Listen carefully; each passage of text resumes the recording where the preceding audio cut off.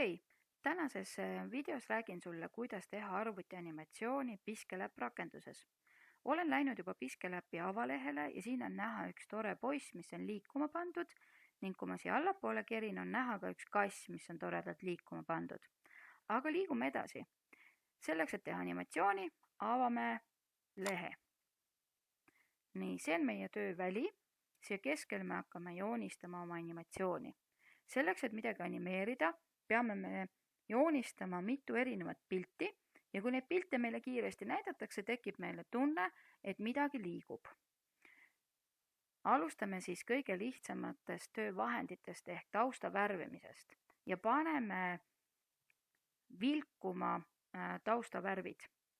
Võtame tausta värvimise töövahendi, valime sobiva värvi ning värvime oma esimese lehe tausta punaseks.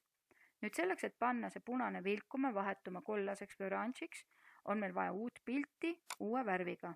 Teeme uue lehe ja vahetame selle värvi oranžiks. Paneme veel vilkuma ehk teeme uue lehe ja vahetame värvi ning paneme kollaseks kollaselt vilkuma. Nii.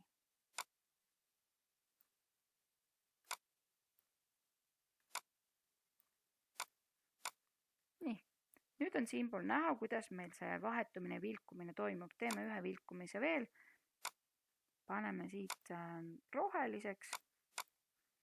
Ja kui me soovime, et see vilkumine oleks kiirem, siis me saame siit muuta kiiremaks. Ja kui me soovime, et see oleks aeglasem, siis me saame panna aeglasemaks.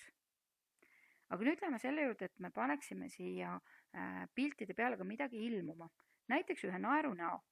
Naerunäo tegemiseks kasutan siin ringi tegemise töövahendit ja teeme nii, et rohelisele lehele ilmub naerunägu. Tume naerunägu, joonistan näo. Nüüd ma soovin, et selle näole ilmuksid silmad ja nüüd ma ei tee mitte uut tühja lehte, vaid kopeerin olemasolevat lehte ning teen siia esimese silma. Nüüd me jälle kopeerime, teen teise silma. Nii, teine silm. Kui mulle tundub, et ma tahaksin veel jämedamalt joonistada, siis ma saan siit vahetada oma pliiatsi jämedust. Ja kui ma tahan silmad ära värvida, siis ma võin jälle kasutada seda tausta värvimise rakendust. Nii, aga mulle tundub, et see nägu ja see silm mulle ei meeldi, sellisel juhul saan ma selle raami siit ära kustutada. Teen uue ja teen siia uue silma. Võtame ringi joonistamise ja uue silma.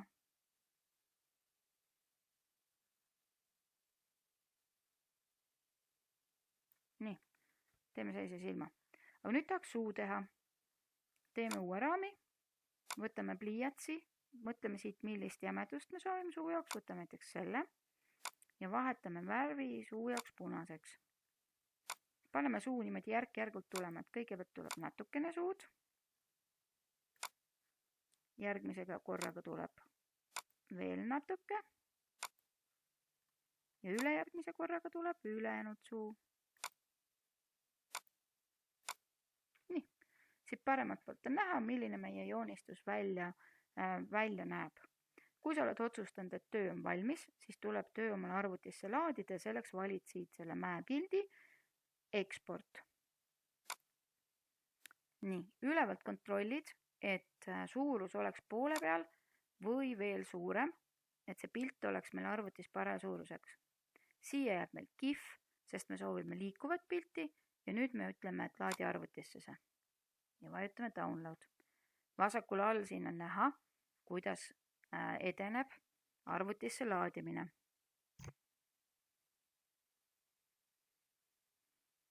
Oleneb sinu arvuti kiirusest, toimub sellest kiiremini või aeglasemini. Meil on juba praegu pool loodud ja kohe varsti saab alla laetud.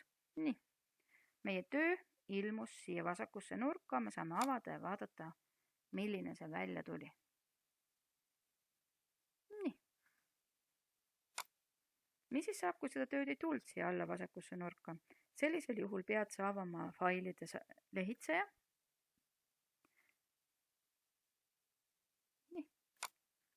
ja otsime siit jaotuse downloads ehk alla laetud failid ja siin on näha, mina olen juba 3 animatsiooni teinud, see viimane on kõige uuem.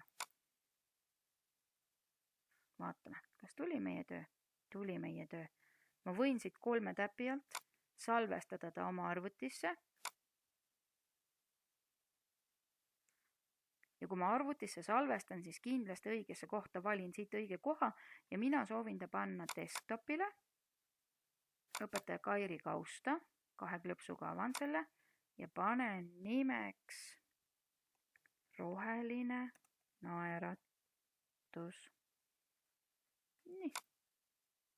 Nüüd ma olen oma töö enda kausta salvestanud ja võin seda siit kellelegi saata või homme vaadata või ülehomme vaadata. Aga teile soovin nüüd lõbusat katsetamist animatsioonide loomisel. Kohtume jälle uues videos.